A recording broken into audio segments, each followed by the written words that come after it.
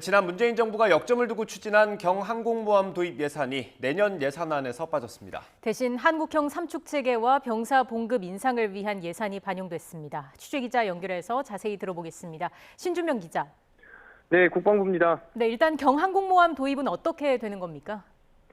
네, 국방부와 방위사업청에 따르면 정부의 2023년 국방 예산안에는 문재인 정부가 추진했던 경항공모함 관련 예산은 포함되지 않았습니다. 국내 기술로 3만 톤급 경항모를 설계하고 건조하는 이 사업은 지난해 2022년도 예산 편성 당시 기본 설계용 사업비 72억 원이 책정됐습니다.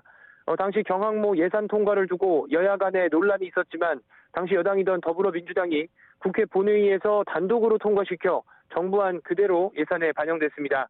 문재인 정부는 경항모 사업을 자주국방의 상징으로 강하게 추진했던 반면 윤석열 정부에선 기본 설계 입찰 공고마저 지연되면서 올해 사업비 72억 원의 집행도 미뤄지고 있습니다.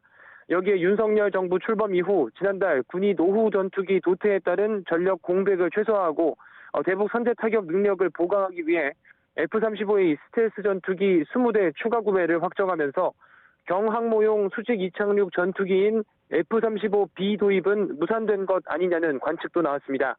이런 상황에서 내년도 국방 예산안에 경항모 관련 예산이 전혀 반영되지 않은 건 사실상 사업을 하지 않겠다는 의도라는 지적이 나오고 있는데요.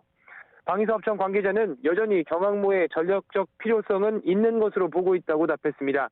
다만 경항모에 필요한 수직 이착륙형 전투기 소요 검증과 함께 함재기 국내 개발 가능성 등 추가 연구를 진행한 뒤 경항모 사업 추진 방향을 결정할 것이라고 설명했습니다. 네, 그럼 한국형 삼축 체계 예산은 얼마나 들어갔습니까? 네, 국방부는 내년 국방 예산안에 북한의 핵 미사일 위협 대응을 위한 한국형 삼축 체계 고도화 등 핵심 전력 확보 예산을 중점 반영했다고 설명했습니다. 우선 킬체인, 다층 미사일 방어, 압도적 대량 응징 보복 능력 등 한국형 삼축 체계 능력 강화를 위해 5조 2,529억 원을 편성했다고 밝혔습니다. 올해 대비 9.4% 늘어난 규모입니다. 세부적으로는 대북 감시 자산인 중고도 정찰용 무인 항공기에 1,249억 원, 패트리엇 미사일 성능 개량 2차에 1,292억 원, 장사정포 요격 체계에 769억 원, 230mm급 다연장 로켓 도입에 417억 원 등입니다.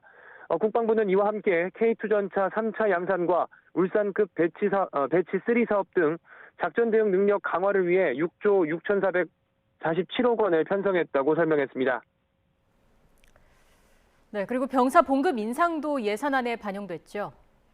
그렇습니다. 정부는 내년도 국방 예산안 가운데 현존 전력을 유지하고 운영하는 비용인 전력 운영비를 늘려서 올해 67만 원인 병장 봉급을 내년부터는 월 100만 원으로 인상할 방침입니다.